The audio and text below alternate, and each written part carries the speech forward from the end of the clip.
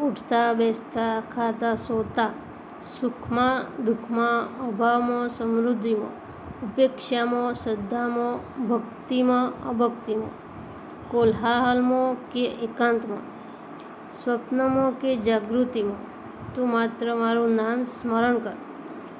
હું સત્ય છું અને સત્ય પ્રતિજ્ઞા કરું છું કે તારો આખો ભાર હું પોતાના ઉપર લઈ લઉં છું.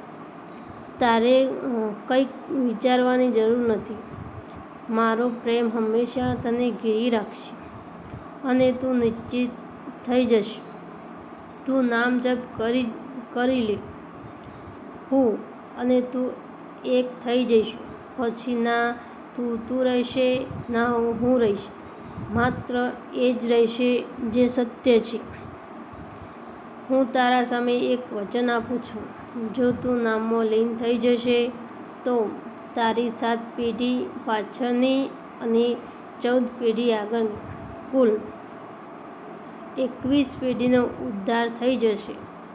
નામના બદલે કંઈ લેશો તો નુકસાન થશે, કારણ કે નામ સૌથી મોટું ધન છે.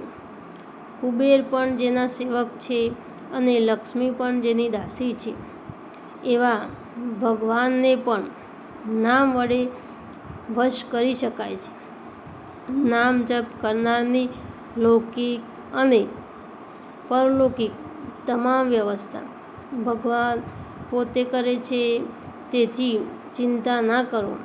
જેમ આગ પ્રગટ થાય તો અંધકાર અને ઠંડક આપોઆપ નાશ પામે છે, તેમ નામ જપથી અજ્ઞાન, દુઃખ અને દરિદ્રતા દૂર થાય છે. પરંતુ જો નામ જપ કરનાર માટે એક મહત્વની વાત છે. જો દમ એટલે કે દેખાવ ન કરવો જોઈએ, અને દેખાવ પાખંડને નષ્ટ કરે છે. સાચી ભક્તિ માત્ર ભગવાનને પ્રસન્ન કરવા માટે હોવી જોઈએ, લોકોને દેખાડવા માટે નહીં. જેમ બગલો એક પગે ઊભો રહી ધ્યાન કરતો દેખાય છે, પણ તેની નજર માછલી પર જ હોય છે, તેમ દેખાવડી ભક્તિ ખોટી છે. સાચા ભક્તોએ સંયમિત, શાસ્ત્ર અનુસાર ચાલતા અને ઈશ્વરપ્રેમી સંતોનો સંગ કરવો જોઈએ. સારા સંગથી નામ જપ વધે છે અને નામ જપ કરનારે ક્યારેય કોઈ ધર્મ કે સંપ્રદાયની નિંદા કરવી નહીં. ભગવાન એક જ છે. કોઈ તેને રામ કહે છે, કોઈ તેને કૃષ્ણ કહે છે, કોઈ શિવ કે શક્તિ. બધા એક જ પરમાત્માના રૂપ છે. અપમાન, ઝઘડા અને દ્વેષથી દૂર રહેવું જોઈએ. જીવન ઝડપથી પસાર થઈ રહ્યું છે. દરેક શ્વાસ ઓછો થઈ રહ્યો છે. તેથી ભજનને કાલ પર ન મૂકો, આજથી જ શરૂ કરી દો. જો તું હૃદયથી નામ જપ કરીશ તો ભગવાન તને તારો સંપૂર્ણ ભાર ઉઠાવી લેશે અને તું નિર્ભય બની જા.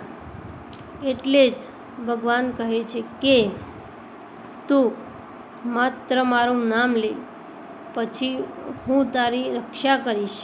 અને તારા નામ જપથી ભય, દુઃખ, રોગ અને અભાવ દૂર થાય છે. માટે જ એક પણ નામ વ્યર્થ નથી જતું. અને તમે જેમ હો તેમ નામ જપ શરૂ કરી દો. ભગવાન તમને પોતાનું ધામ આપશે.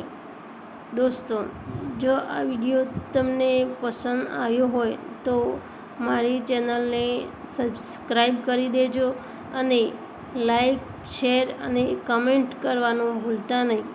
જય શ્રી રામ.